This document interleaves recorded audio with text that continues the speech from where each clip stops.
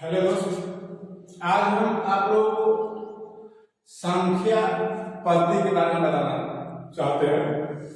Math से आप लोग बता रहे हैं। जैसे देखिए, संख्या पद्धति यानी संख्या पद्धति क्या है? यानी संख्या पद्धति के बारे में आप लोगों को बता रहे हैं। यानी संख्या पर आधारित प्रश्न, यानी संख्या पर आधारित प्रश्न पूछे, उनके बारे में आज आप लोग जानेंगे। इधर ध्यान दें। सबसे पहले क्या है? प्राकृतिक संख्या। यानी प्राकृतिक संख्या क्या है? प्राकृतिक संख्या जिन संख्याओं से वस्तुओं की गणना की जा सकती है। यानी जिन संख्याओं से वस्तुओं की गणना की जा सकती है उसको क्या बोलते हैं? प्राकृतिक संख्या। प्राकृतिक संख्या होता है क्या? यानी प्राकृतिक संख्या में सबसे पहले इस बात जान रहे हैं कि गणना, यानी गणना में होता है गिनती, यानी जिसको हम गिन सकते हैं। कोई भी वस्तु है उसको हम गिन सकते हैं, गिन सकते हैं तो उसको क्या बोलते हैं? प्राकृतिक संख्या। जैसे में देखिए 1 2 3 4 5 और इत्यादि। यानी ये क्या हो गया? प्राकृतिक संख्या है। यानी प्राकृतिक संख्या क्या है? जिसको हम गिन सकते हैं यानी गणना कर सकते हैं, उसको क्या बोलते हैं? प्राकृतिक संख्या। स्पष्ट बात है। यानी जितना भी गिनती है संख्या वाला 1 से लेकर 100 तक, यानी जिसको हम गिन सकते हैं उसको क्या बोलते हैं? प्राकृतिक संख्या। देखिए, हम यहाँ सिर्फ एग्जाम्पल के तौर पर 1 2 3 4 5 लिखे हैं, ठीक है?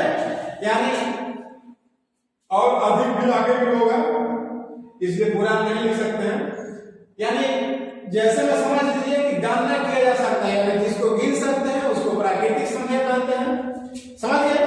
यानी प्राकृतिक संख्या में किसी को अगर दिक्कत हो रहा है तो फिर से पूछेगा। अगर कोई पूछता है कि प्राकृतिक संख्या किसको कहते हैं, यानी जिन वस्तुओं को गिन सकते हैं उसको प्राकृतिक संख्या कहते हैं। ठीक है? ओके। दूसरा आपको चलिए पूर्ण संख्या। पूर्ण संख्या क्या है? पूर्ण संख्या जो है प्राकृतिक संख्या से मिला हुआ है। ध्यान रखिएगा, अगर प्राकृतिक संख्या के बारे में जानते हैं तो पूर्ण संख्या के बारे में भी आप जानते होंगे। यानी पूर्ण संख्या क्या है? पूर्ण संख्या वही है प्राकृतिक संख्याओं के समूह में जीरो को सम्मिलित किया जाता है। यानी प्राकृतिक संख्या, यानी प्राकृतिक संख्याओं को समूह में जीरो को सम्मिलित किया जाता है, उसको क्या बोलते हैं? पूर्ण संख्या बोलते हैं। यानी स्पष्ट है, यानी जो गणना किया गया है और उसमें खाली संख्या करना है, सम्मिलित क्या करना है? जीरो। यानी जीरो से स्टार्ट करेंगे, यानी जैसे भी हो जाएगा 0 1 2 3 4 आदि।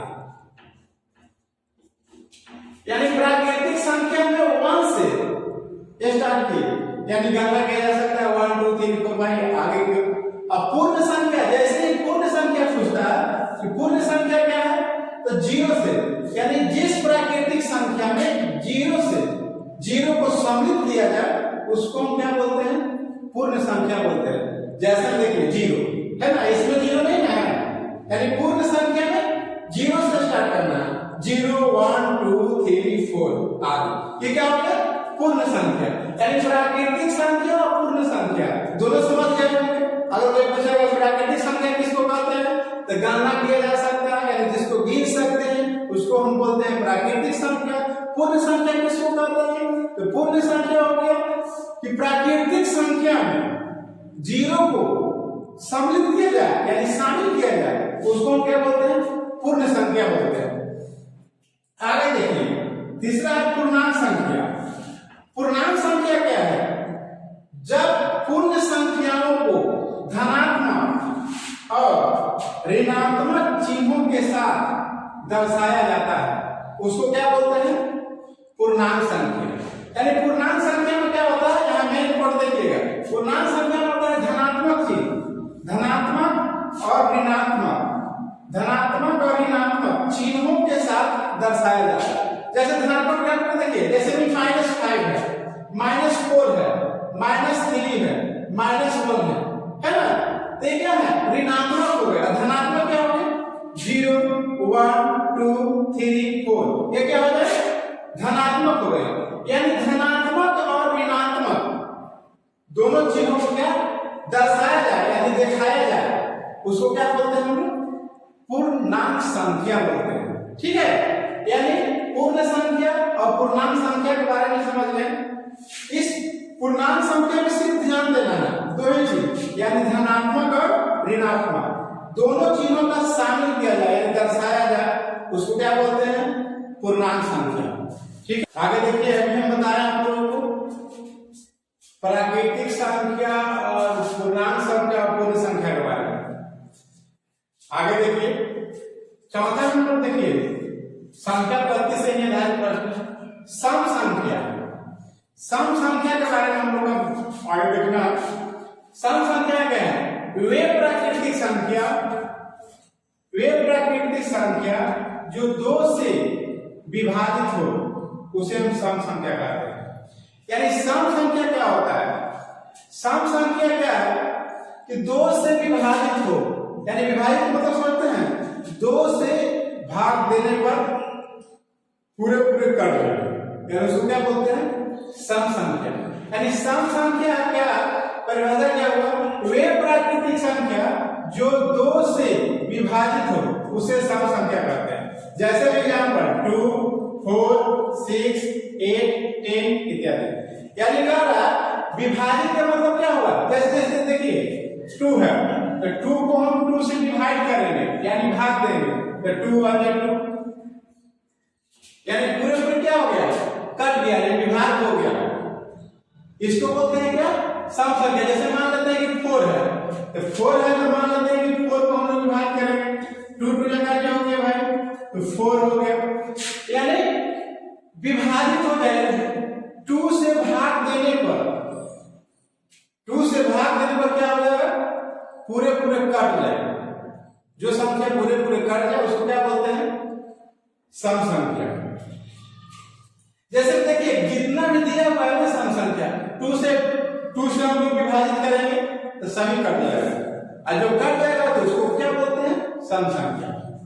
के बारे में हम बताएं आप लोगों को, और विषम संख्या के बारे में बताते हैं। आगे चलिए देखिए, विषम संख्या क्या है, वे प्राकृतिक संख्या जो 2 से विभाजित नहीं हो उसे हम विषम संख्या कहते हैं।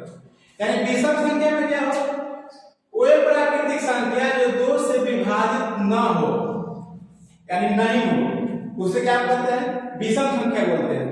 यानी सम संख्या में क्या पढ़ते हैं, सम संख्या में आप लोग पढ़ते हैं कि 2 से विभाजित हो, यानी 2 से भाग देने पर क्या हो जाए, पूरे पूरे कट जाए, उसको क्या बोलते हैं, सम संख्या बोलते हैं। अब विषम संख्या में क्या हो जाएगा कि 2 से विभाजित नहीं हो, यानी 2 से भाग देने पर पूरे पूरे नहीं कटे, यानी शेष बच जाता है, उसमें हम क्या बोलते हैं, विषम संख्या। जैसे मान लीजिए कि जैसे हम देखिए विषम संख्या क्या है, 1 3 5 7। जैसे मान लेते हैं कि 3 है, ठीक है, 2 से विभाजित करने के लिए कह रहा है तो 2 से हम विभाजित करेंगे 3 में, तो 2 से करेंगे तो 2 1 2, यानी कितना हो गया, -1, यानी शेष क्या बच जा रहा है, 1 बच जा रहा है। यानी विषम संख्या में क्या होगा, 2 से विभाजित नहीं हो, यानी 2 से भागा देने पर पूरे पूरे नहीं काटता हो, तो उसको क्या बोलते हैं, विषम संख्या बोलेंगे। इस बात को ध्यान रखेंगे, यानी 2 से विभाजित हो उसको सम संख्या बोलते हैं, और 2 से विभाजित नहीं हो उसको क्या बोलते हैं, विषम संख्या। आगे देखिए, परिमेय संख्या क्या है, परिमेय संख्या कि जिन संख्याओं को P और Q यानी P और Q के रूप में दर्शाया जाता है, यानी दर्शाया मतलब दिखाया जाता है, उसे परिमेय संख्या कहते हैं। यानी परिमेय संख्या क्या है, जिन संख्याओं को P और Q के रूप में, यानी बाटा बनाएगा, ध्यान रखिएगा, P और Q के रूप में दर्शाया जाता है उसको क्या बोलते हैं, परिमेय संख्या।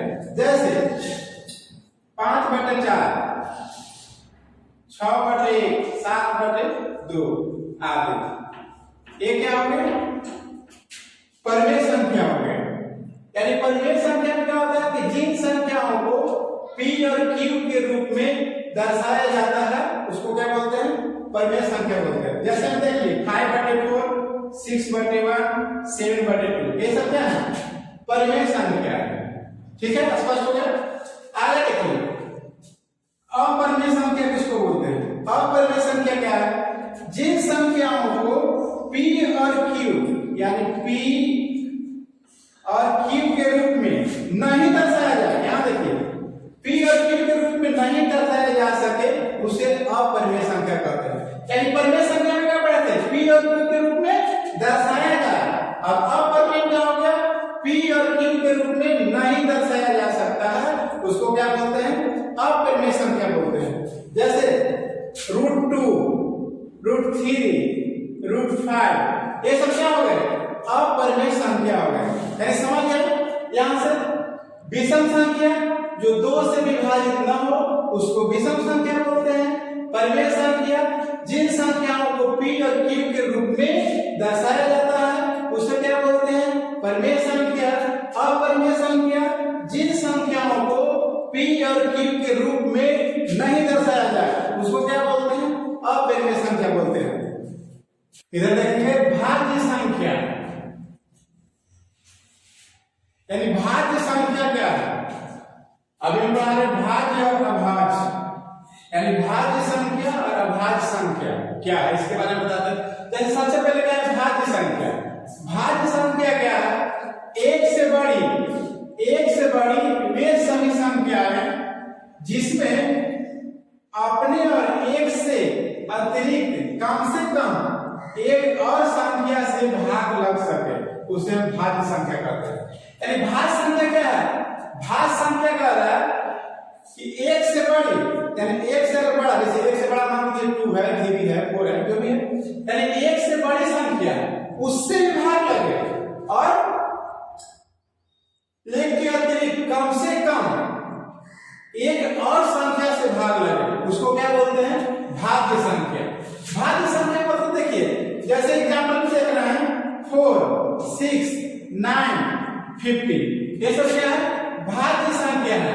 जैसे भाज्य संख्या जैसे मान लीजिए एग्जांपल में मान लीजिए 4 है तो 4 को हम लोग 2 से लगाते हैं भाग 2 2 क्या हो गया 4 यानी 2 2 4 यानी एक संख्या से लगा ना यानी 2 से भी लगा। अब कह रहा है कि एक और अतिरिक्त लगता हो यानी 2 है यानी 4 है तो 4 को हम 4 से भी लगा सकते हैं 4 1 4 है ना यानी 4 का 4 एक बार। यानी कह रहा है कि एक संख्या को हम लोग एक से अधिक यानी एक और संख्या से भाग लगा सकते हैं। जैसे देखिए 4 को हम 2 से भी लगाए अब 4 से भी लगाए यानी एक संख्या कितना 2 बार लगाए। यानी यही कह रहा है भाज्य संख्या एक से बड़ी वे सभी संख्याएं जिसमें अपने और एक के अतिरिक्त कम से कम एक और संख्या से भाग लगा।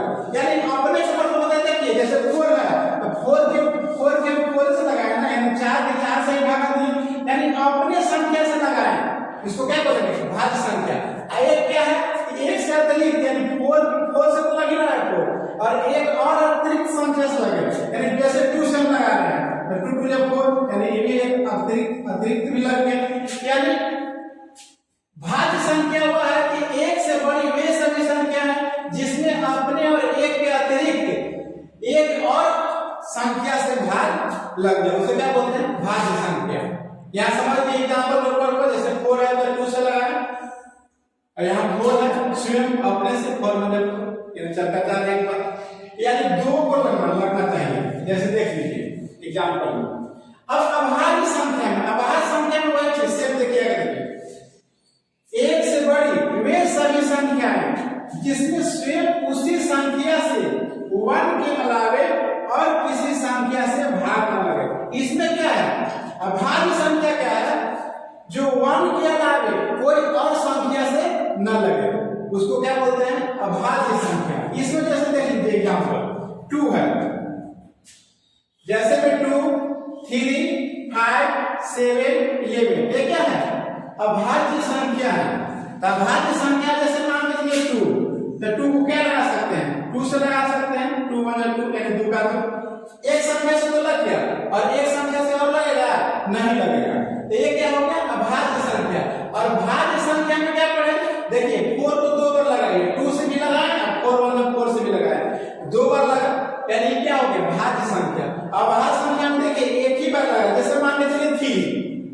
तो 3 को हम लोग 3 1 जा 3 एक ही बार लगना है, सेम अपना संख्या से 3 1 जा 3, यानी जो संख्या से एक ही बार लग रहा है उसको क्या बोलेंगे? अभाज्य संख्या।